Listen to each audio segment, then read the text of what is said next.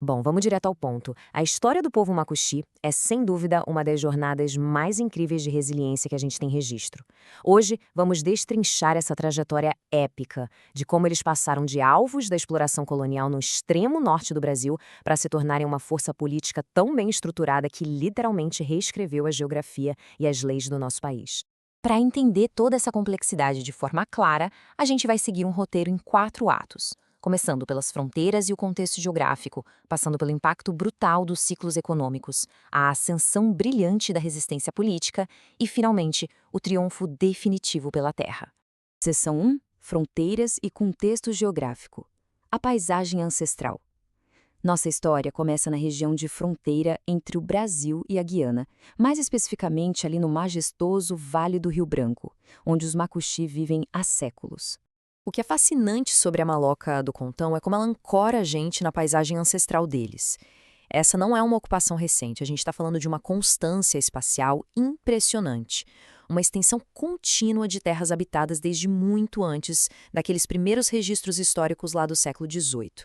É uma raiz profundíssima cravada na região. E a luta contra ocupações externas não é de agora, viu? A coisa remonta às incursões militares portuguesas, como a construção do Forte São Joaquim em 1775. Os colonizadores tentaram forçar os indígenas a viverem em aldeamentos, capturando líderes importantes, os principais, como o Ananá. Mas a resistência foi feroz desde o início. Para vocês terem uma ideia, em 1790, o líder Parajumari comandou uma rebelião imensa que desmoronou essa política de aldeamentos precocemente. Seção 2. O impacto dos ciclos econômicos. Borracha, balata e pecuária. Avançando para o século XIX, os Macuxi enfrentam uma crise avassaladora. Imaginem o choque. O boom da exploração da borracha, do caucho e da balata rompeu de forma drástica o modo de vida tradicional deles, que era focado na agricultura de coivara e na pesca. Essa pressão extrativista gerou o recrutamento forçado de mão de obra e os terríveis descimentos, que eram migrações compulsórias em massa para trabalho escravo lá para os rios Negro e Branco. E isso virou um efeito dominó perverso. O capital gigantesco gerado pelo extrativismo financiou diretamente a criação de gado no Alto Rio Branco. E o que aconteceu? O avanço da pecuária literalmente expulsou os macuxis de suas próprias terras. Como se não bastasse, eles foram encurralados em um sistema de servidão por dívidas fabricadas, controladas com mão de ferro pelos fazendeiros e pelos chamados regatões, uma escravidão prática. Seção 3. Liderança e resistência política. O ponto de virada. Mas a narrativa muda radicalmente no século XX. A vitimização dá lugar a uma articulação política poderosíssima. A figura da liderança tradicional, o famoso Tuxaua, que antes era apenas alguém proeminente nos grupos locais, passou por uma metamorfose vital. O chefe Macuxi se transformou num verdadeiro catalisador político.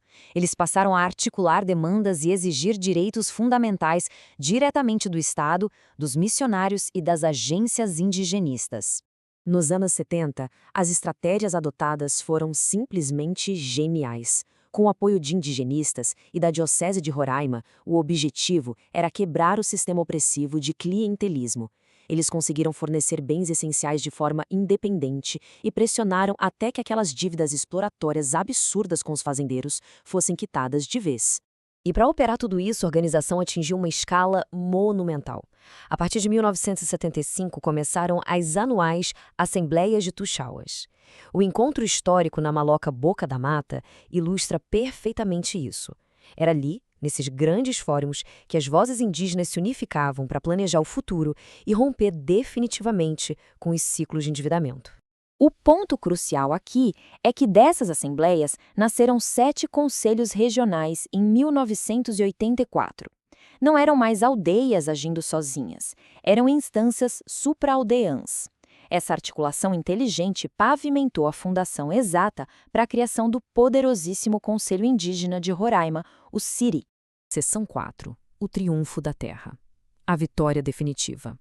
O clímax desses séculos todos de luta não poderia ser outro senão uma batalha épica nos tribunais pelo território da Raposa Serra do Sol. Vamos aos marcos objetivos e históricos dessa conquista. O processo ganha força com a identificação da área contínua em 93.